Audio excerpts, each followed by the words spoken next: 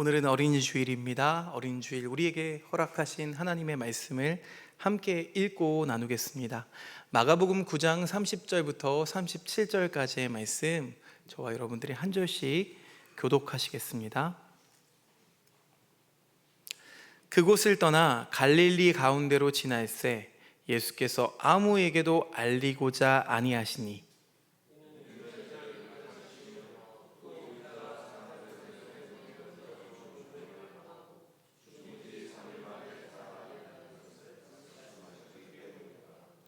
그러나 제자들은 이 말씀을 깨닫지 못하고 묻기도 두려워하더라.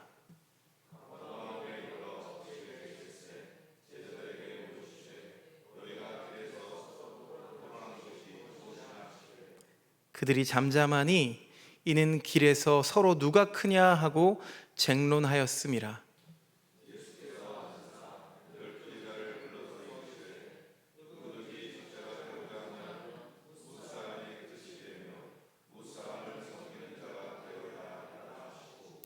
어린아이 하나를 데려다가 그들 가운데 세우시고 안으시며 제자들에게 이르시되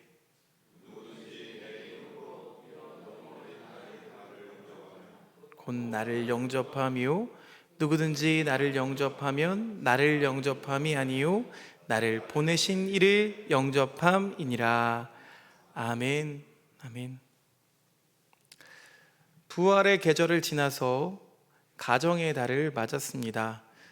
가정의 달이 시작되니까 마음이 많이 분주해지죠. 그래서인지 오늘은요, 우리 교회 역사상, 모든 역사에 제가 다 있었던 건 아니지만 적어도 제가 있던 역사상 주일 1부 예배 숫자가 2부 예배 숫자를 넘어서는 그런 일이 발생을 했습니다. 다들 빨리 예배 드리고 또 부모님 찾아뵈러 가시는 발걸음인 것 같아요. 그런데 오늘은 어린이 주일이면서 또 부활 후 둘째 주일입니다. 부활 후 둘째 주일이기 때문에 부활을 다시 언급하면서 말씀의 문을 열겠습니다. 여러분, 부활은 생존이 아닙니다. 부활은 새로운 생명으로 다시 살아나는 사건이지요. 부활하신 그 주님께서 오늘 우리들의 가정도 부활해야 한다고 말씀하십니다. 가정의 달의 시작이 어린이 주일인 이유가 있겠죠. 여러분, 가정이라고 하면 어떤 이미지가 떠오르십니까? 챗GPT나 이런 데 물어보면 가정 이렇게 치면은 가정과 관련된 이미지를 보여줘? 이러면 어떤 이미지를 보여줄 것 같아요? 저는 이렇게 안아주는, 엄마가 아빠가 이렇게 안아주는 그런 이미지가 떠오릅니다. 근데 우리에게 가정이란 그런 곳이죠. 가정에 들어가면 나를 품어주는 사람들이 있고, 그래서 그 가정에서 마음이 편해야지 그게 좋은 가정이라고 말할 수가 있겠죠. 그러니까 아이들을 쥐어짜는 가정이 아니라 아이들을 품어주는 가정으로 부활해야 합니다. 속도보다는 방향을, 결과보다는 존재를, 경쟁보다는 사랑을 가르치는 가정으로 부활해야 합니다. 우리 아이들이 살아있어도 괜찮은 세상, 숨 쉬어도 죄책감을 느끼지 않는 그런 곳이 가정이 되어야 합니다. 그러나 우리의 모습은 어떻습니까? 누구보다 더 빠르게 가야 돼?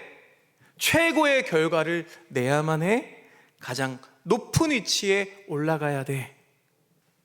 여러분, 그런 가정에서 우리 아이들이 숨을 쉬며 산다는 건 그 자체가 기적입니다. 왜 그럴까요? 숨 쉴 수 있는 공간이 없기 때문이죠. 과연 오늘 우리들의 가정은 우리 아이들에게 오늘을 살아도 괜찮다고 말해주고 있습니까?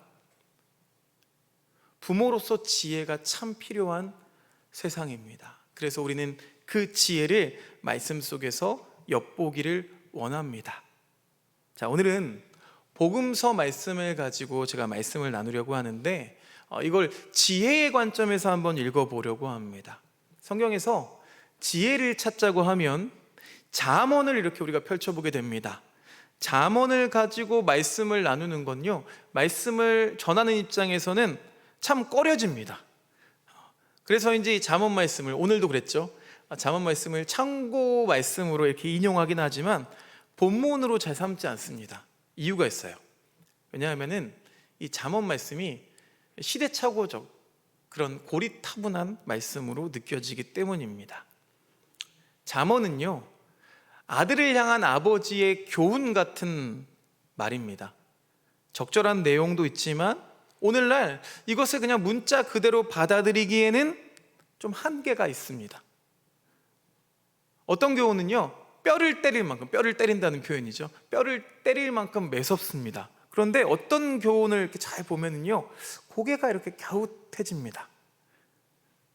특히나 이 잠언 말씀 속에서 지혜로운 아내를 얻을 수 있는 그런 이야기, 이런 이야기들을 보면은요, 고개가 갸웃해집니다. 왜냐하면 당시에는 아내를, 여자를 소유물로 보던 시대였기 때문이죠. 그래서 잠언의 대상, 잠언을 읽는 대상은 남성밖에 없습니다. 남성만을 위한 말씀이에요. 제 아무리 멋진 표현이 담겨 있다고 해도 이 교훈의 대상에서 여성을 배제한다? 더욱이 여성을 남성의 소유물로만 본다? 라는 점에서 성차별적인 말씀이죠. 그래서 여러분, 제가 조언 드리자면 잠언을 명절에 잘못 읽으면 큰일 납니다. 오해를 불러일으킬 소지가 다분합니다. 그런데 여러분, 시대에 맞지 않는다고 해서 하나님 말씀을 내다 버리라는 뜻은 아니겠죠. 우리는 이 성경 문자주의를 버려야 됩니다. 이 문자에 집착하지 말고 이 안에 들어있는 원리에 대해서 다시 받아서 읽어야만 합니다. 실제로 그렇게 한 분이 계셨어요. 그런 모범이 있었습니다. 예수님과 사도 바울이죠. 예수님과 사도 바울은 이 문자로 된 율법을 신랄하게 비판합니다. 근데 비판하면서도 그 율법을 버리지 않고 그 속에서 원리, 마음, 정신, 이런 것을 찾아냅니다. 그렇게 하나님의 세계를 쭉 이어나가려고 했습니다. 자, 그렇다면 오늘 우리들에게도 그런 숙제가 주어진 거죠. 이 잠언에서 찾아낼 수 있는 원리나 마음, 정신은 과연 무엇일까요? 자, 잠언하면은 먼저 떠오르는 게 지혜라고 말씀드렸습니다. 잠언 전체를 한 가지 워드로 이렇게 축약한다면 단연코 지혜일 겁니다. 실제로 잠언은 욥기랑 전도서랑 이렇게 함께 더불어서 지혜서 중에 하나로 불리기도 하죠. 그렇다면 잠언이 강조하고 있는 지혜는 대체 무엇일까요? 여러분은 지혜를 무엇이라고 생각하십니까? 혹자는 지혜를 현명함이라고 말합니다. 자, 그런데 그럼 현명함은 무엇이냐라는 문제가 뒤따라오죠. 그런가 하면 어떤 사람은 지혜를 일종의 센스라고 말합니다. 상대방의 필요나 빈틈을 아주 세심하고 재빠르게 메우는 민첩함이나 감각이랄까요? 저는 이건 있는 것 같습니다. 그런데 그걸 지혜라고 말할 수는 없습니다. 한편 어떤 사람은 지혜를 또 처신으로 여기기도 합니다. 인맥, 연출, 사회생활, 이런 일종의 처세술 같은 것을 지혜라고 말하기도 한다는 거죠. 자, 여러분은 이런 지혜라고 말하는 것들 중에서 어느 것이 지혜와 가깝다고 생각하십니까? 여러분, 지혜는 도대체 무엇일까요? 자, 모두들 생각하는 지혜가 다를 수 있습니다. 그리고 상황마다 다릅니다. 생각하기에 따라서 지혜는 현명함일 수도 있고 또 센스일 수도 있고 또 처세일 수도 있습니다. 그러니 지혜가 무엇이냐고 10,000명에게 묻는다면 아마 10,000가지 답이 나올지도 모르겠습니다. 지난주에 우리들이 수련회 스탬프 미션을 했었죠. 그 중에 지혜를 발견하고 지혜에 대해서 말하는 코너가 있었습니다. 거기서 우리 정철선 집사님 조는 말씀을 찾아서 찍어갖고 왔더라고요. 쉽게 생각해 볼 수 있는 거죠. 그리스도인이라면 지혜가 어디 담겨 있을까? 수많은 책들이 지혜를 말하고는 있지만 정말로 잠언이요, 그런 모든 의견들을 제압하려는 듯이 이렇게 말하고 있습니다.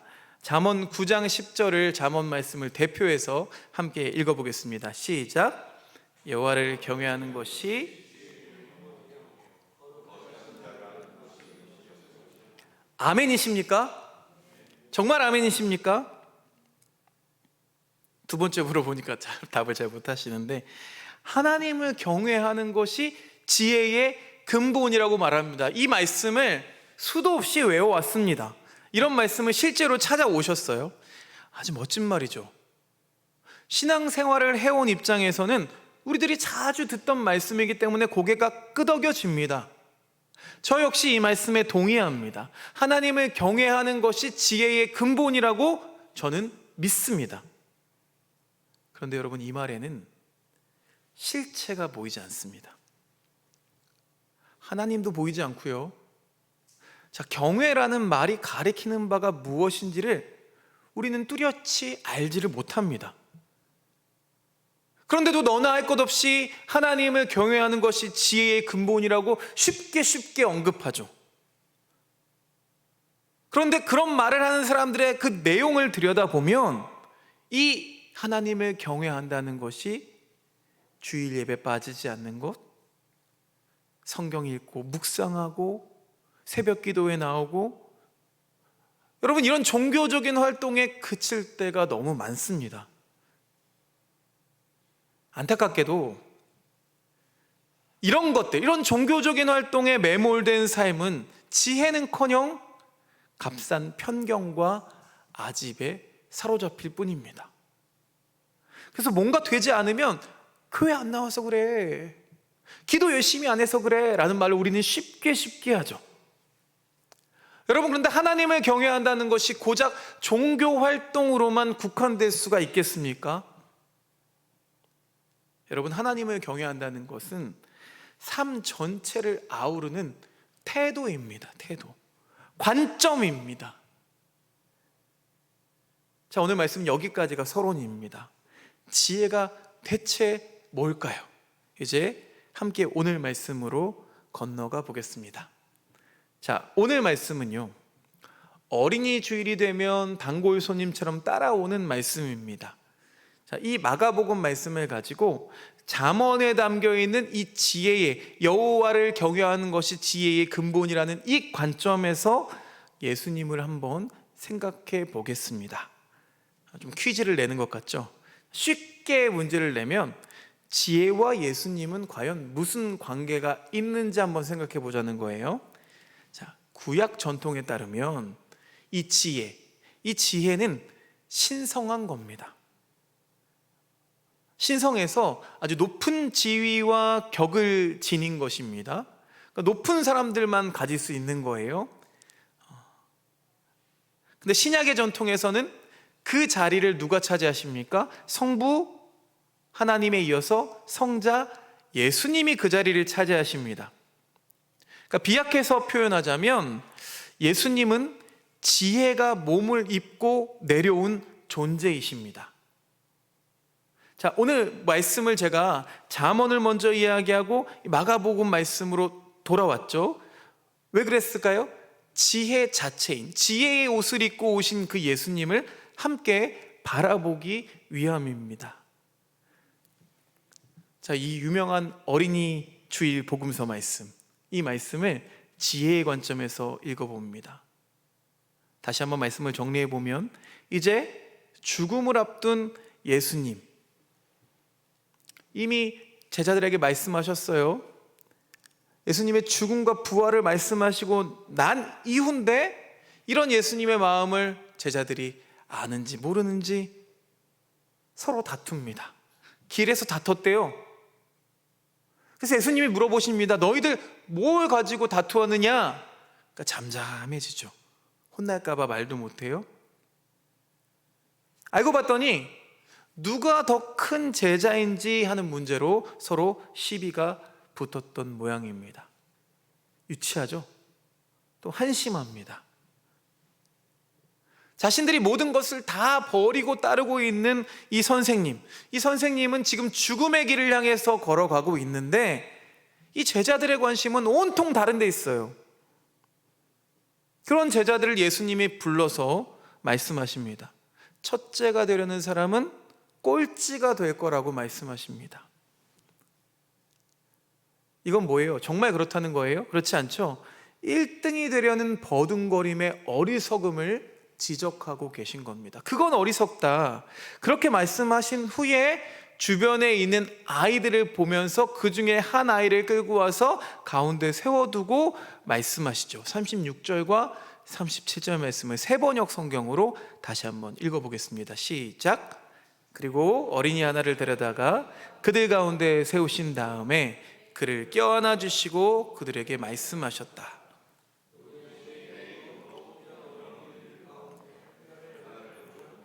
그는 나를 영접하는 것이요, 누구든지 나를 영접하는 사람은 나를 영접하는 것보다 나를 보내신 분을 영접하는 것이다.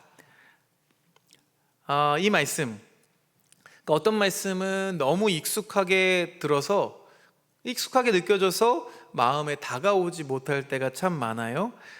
그런 말씀 중에 하나인 것 같아요. 그런데 이 말씀을 자세하게 들여다보면 말씀 어딘가가 좀 어색합니다. 자, 이 말씀을 지금 제자들을 지적한 다음에 하신 말씀인데, 이 말씀 두 개가 약간 오버센스, 뭔가 센스 있지 않거든요. 정확하게 연결되지가 않거든요. 뭔가 어색하고 생뚱맞아요. 자, 누가 더 크냐라는 싸움의 지적이었으니까 어린이를 데리고 오시려면, 야, 니들보다 차라리 얘가 더 크다 라고 말했으면 더 적합했을 텐데, 느닷없이 이 어린아이를 영접하라 라는 얘기가 나와요. 그러니까 상관없는 두 교훈을 억지로 이렇게 갖다가 붙여놓은 것 같습니다. 자, 왜 예수님은 이 어린아이를 데려와서 이 어린아이를 영접하라고 말씀하신 걸까요? 마가복음 저자는 왜 어울리지 않는 이 두 말씀을 같이 붙여 놓았을까요? 지혜에 초점을 맞추면 오늘 이 두 이야기가 전혀 어색하지가 않습니다. 자, 복음서 말씀, 오늘 읽은 복음서 말씀은요, 지혜란 무엇인가에 대한 예수님의 하나의 답변입니다. 예수님의 답변은 뭐예요? 큰 사람이 되려는 게 지혜가 아니다 라고 말씀하시는 거예요. 그래서인지 우리들은요, 심지어 예수님을 큰 사람이 되려는 처세술의 하나로 이용합니다. 제자들이 그렇게 하려고 했죠. 그런데 그렇게 이용하지 말라는 거예요. 나를 그렇게 이용하지 마 라고 말씀하시는 거예요. 그런 건 지혜가 아니라고, 지혜는 이 아이 하나를 영접하는 거라고 말씀하십니다. 여러분, 영접이라는 말을 주목합니다. 취급이 아닙니다. 아이를 다루는 어떤 기술도 아닙니다. 어떤 어린이 독서교실에 가니까 외투 서비스가 있다고 해요. 아이들이 독서교실에 오면 교사들이 아이들의 외투를 하나하나씩 잘 벗겨주고 갈 때에는 또 외투를 잘 입혀주는 서비스입니다. 아이들은 어떻게만 하면 돼요? 편안하게 팔을 뒤로만 쏙 내밀면 쉽게 벗어집니다. 자, 그렇게 하는 이유가 있겠죠. 외투를 벗고 입을 때마다 내가 대접받는다라는 느낌을 주기 위해서 이런 서비스를 합니다. 고급 레스토랑 또 미용실에 가면은요, 이 외투 서비스를 하죠. 그때마다 여러분은 어떤 느낌이 드십니까? 뭘 이런 걸 다 하면서 막 이렇게 되게 안 봤던 사람들은 되게 어색하고 그렇죠. 네. 그런 대접받는다라는 기분이 들지 않으십니까? 이게 영접이죠, 영접. 그런데 여러분, 교회에서 아이들을 우리 예배 시간에 잠옷실로 몰아넣는다거나, 그냥 어린이 주일 예배이면 나와서 뭐 특송해라 해가지고 아이 귀엽다 예쁘다 이렇게 박수 쳐주는 것, 또 용돈 주어서 나가서 놀아라 이렇게 하는 건 여러분 영접이 아니죠. 여러분, 영접입니다. 영접은 뭐예요? 가장 거리가 멀고 이해하기가 어렵고 불편하고 쓸모없는 존재를 어떻게든 맞아들이려고 애쓰는 데서 생겨나는 그런 영접에서 뭐가 생겨난다고요? 지혜가 생겨난다라는 말씀입니다. 여러분, 이렇게 지혜는 어떻게 하면 우리가 함께 할 수 있을까라는 질문에서 생겨납니다. 우리가 이 세대를 나누어서 예배를 드리죠. 이건 참 편리한 방법이에요. 그러면 이 모든 세대가 함께 예배 드리기 위해서는 우리는 무엇을 해야 될까? 여기서 지혜가 나온다는 거예요. 한 세대를 보통 30년을 기준점으로 잡았었대요. 그런데 최근 사회가 급격하게 변화함에 따라서 이제는 약 18년을 기점으로 한 세대를 구분하는 게 더 적확하다고 말하고 있습니다. 그러니까 지금 우리가 살고 있는 이 시대는 한 6세대쯤이 함께 모여 살아가는 사회라는 거죠. 한 세대, 또 2세대 차이도 우리가 함께 하기가 어려운데 그 이상을 넘어가니까 함께 하기가 엄두가 안 나는 법입니다. 생각해 보면요, 여러분, 취급하는 건 참 쉽습니다. 지혜가 필요가 없기 때문이죠. 획일적이면 됩니다. 그냥 분리하면 쉽습니다. 교육이라는 틀 안에 가둬두고 사춘기라는 틀 안에 우겨 넣으면 쉽습니다. 그냥 이거 하지마 저거 하지마 금지하면 훈육하기 쉽습니다. 그냥 취급하면 쉬워요. 그런데 주님의 말씀은 그런 게 아니에요. 주님이 말씀하시는 지혜는 그런 게 아닙니다. 존재를 영접하려고 애쓰는 겁니다. 여러분, 생명은 취급의 대상이 아니니까요. 이 생명들을 취급하지 않으려고 온갖 애를 쓰는 데서 지혜가 생겨나는 겁니다. 그 애씀과 끙끙거림과 부대낌이 바로 지혜가 생겨나는 창고입니다. 그러니 이 땅에서 이런 지혜가 드문 것이죠. 하기 어려우니까요. 이 말씀을 꼭 어린 아이에게만 국한할 필요는 없습니다. 우리 주변에 취급당하는 혹은 취급주의당하는 모든 생명에게 해당됩니다. 우리는 그 존재들을 어떻게 영접할 수 있을까? 어떻게 하면 함께 할 수 있을까라는 질문에서 지혜가 생겨나는 겁니다. 과거에 여성과 북어는 두드려야 마시지, 그렇게 말하는 세상에서 애들은 그저 매로 다스려야 돼, 엄하게 가르쳐야 돼 라는 말을 아무렇지 않게 하는 사람에게서, 또 난민은 내쫓아야 되고 성소수자는 삭제해야 된다고 말하는 그런 사람에게서, 타인과 모든 생명을 자기 목적을 위한 수단으로만 삼는 사람들에게서 우리는 이 지혜의 부스러기도 찾아볼 수가 없는 겁니다. 어떻게 하면 내가 클까? 어떻게 하면 내가 으뜸이 될 수 있을까? 그렇게 싸움하는 제자들에게 예수님께서 어린아이를 내세우십니다. 느닷없죠. 지금 이 상황과 이 아이가 무슨 관계가 있어요? 거리가 먼 존재입니다. 아무런 상관이 없는 존재이고요, 오히려 함께 있으면 불편함만 끼치는 그런 존재입니다. 그런데 여러분, 제자들에게 아이만 그렇던가요? 또 우리에게 아이만 그렇던가요? 여러분, 우리에게 예수님이 가끔 그런 존재가 됩니다. 예수님이 취급당합니다. 예수님, 내 삶이니까 저리 치우세요. 지금 이 말은 내 삶과 아무런 상관이 없습니다. 지금 내 얘기를 하고 있잖아요. 내가 내 삶을 위한 지혜를 알려주세요. 그런 우리들 앞에 오늘 예수님은 우리 삶과 아무런 상관없는 존재를 내세우십니다. 그들이 지금은 어린아이지만 후에는 어떤 모습일지 우리는 알 수가 없죠. 초등학교 3학년 친구가 끈이 있는 새 신발을 신고 와서 선생님에게 신발을 내미는 거예요. 아, 신발 자랑이구나. 아, 신발 새로 샀네. 예쁘다. 이랬어요. 그런데 어린이가 얘기하고 싶었던 게 있었던 거예요. 선생님, 신발끈 묶는 게 되게 어려워요. 엄마가 신발끈을 다 묶어줬고 밤에도 내가 연습했는데 혹시 잘못 묶을지 몰라서 지금 신발을 벗는 게 두려워요. 신발 안 벗으면 안 돼요? 이렇게 말하는 거예요. 그러니까 선생님이 그래, 이따가 혹시 잘 못 묶게 되면 선생님이 도와줄 테니까 일단 벗고 교실로 들어가자 해서 들어갔대요. 자, 수업이 끝났습니다. 신발끈을 매고 있는 어린이를 격려하고 누구누구야, 어른이 되면 이제 신발끈 묶는 일도 쉬워질 거야 라고 말했더니 이 어린이가 이렇게 대답했다고 합니다. 선생님, 그건 맞는데 지금도 묶을 수 있어요.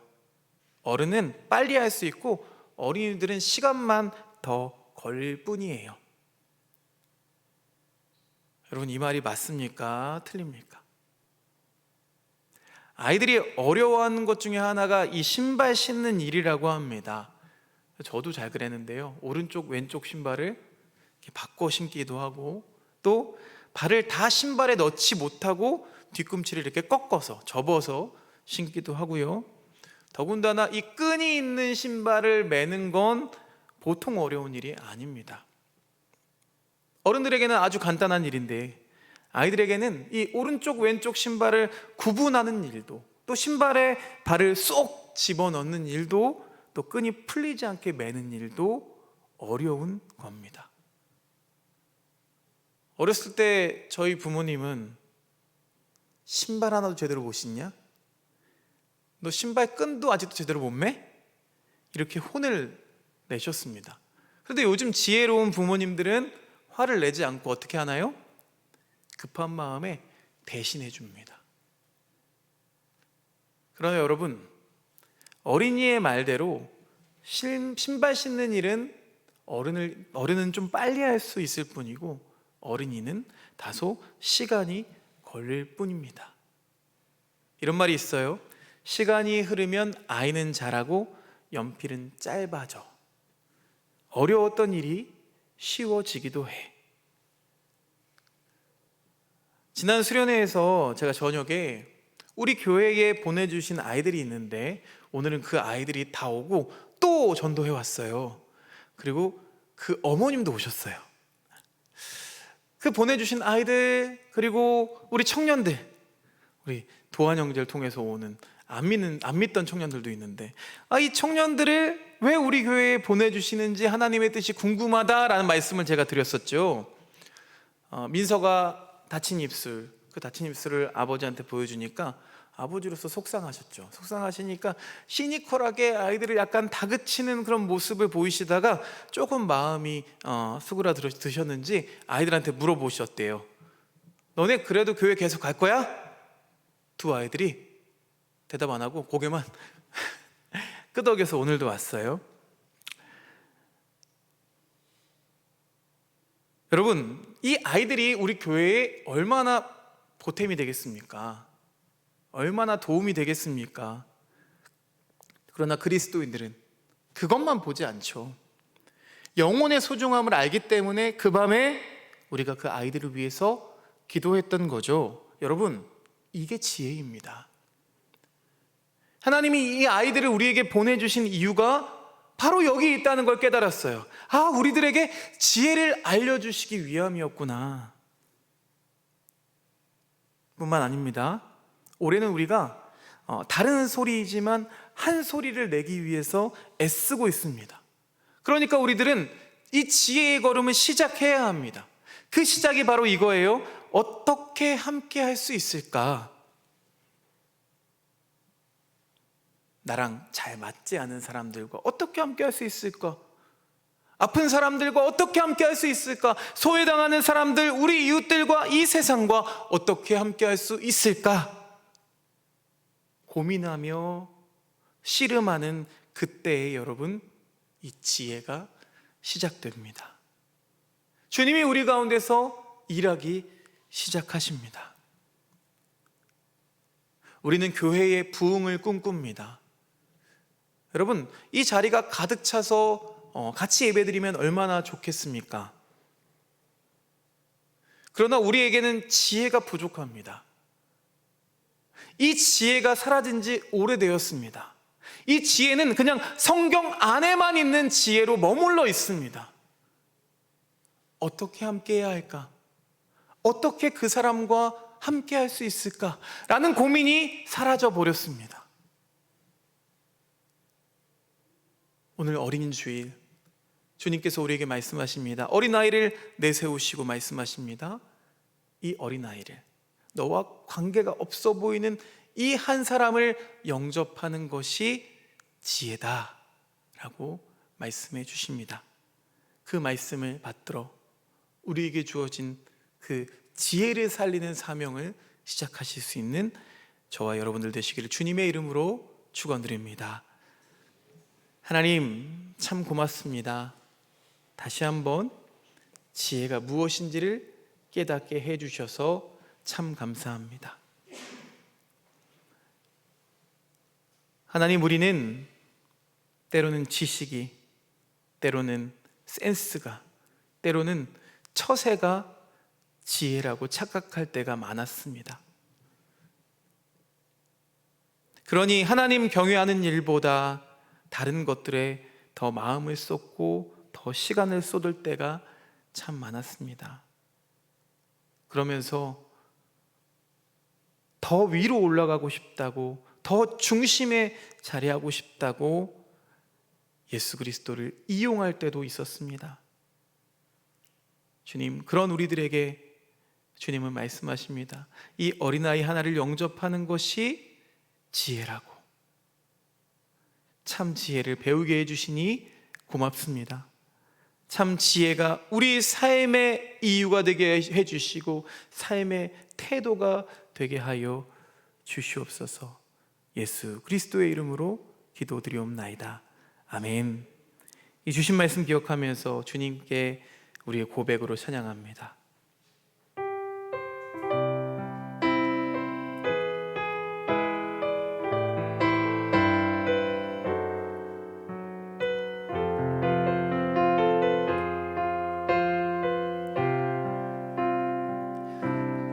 아버지, 당신의 마음이 있는 곳에 나의 마음이 있기를 원해요.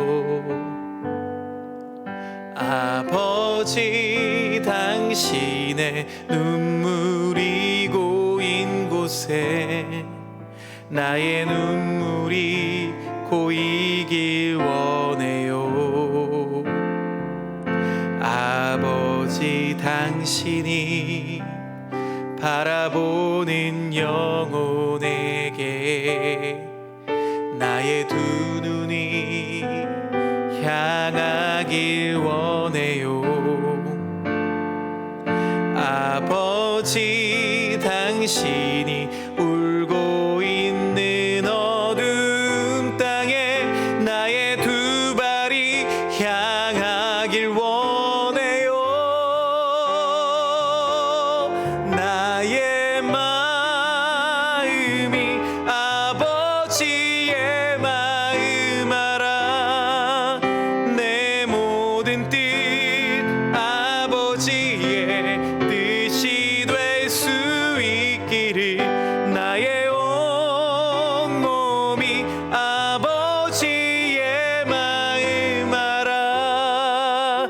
내 모든 삶 당신의 삶 되기를. 다시 한번 고백합니다.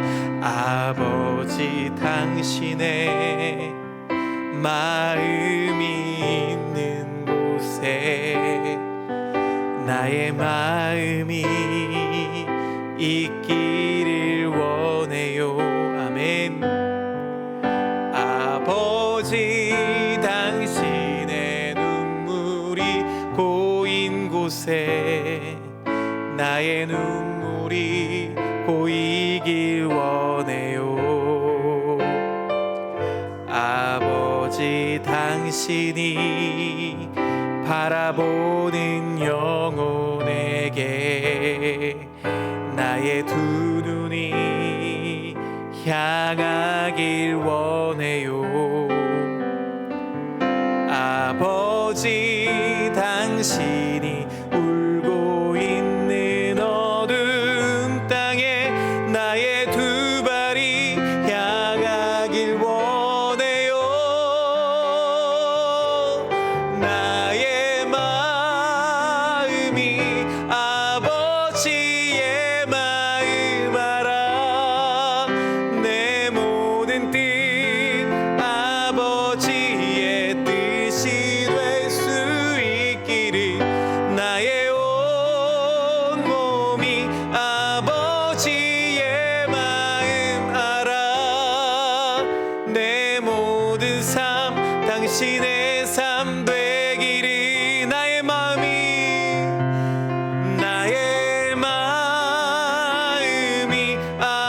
아버지의 마음 알아. 내 모든 뜻 아버지의 뜻이 될 수 있기를. 나의 온 몸이 아버지의 마음 알아. 내 모든 삶 당신의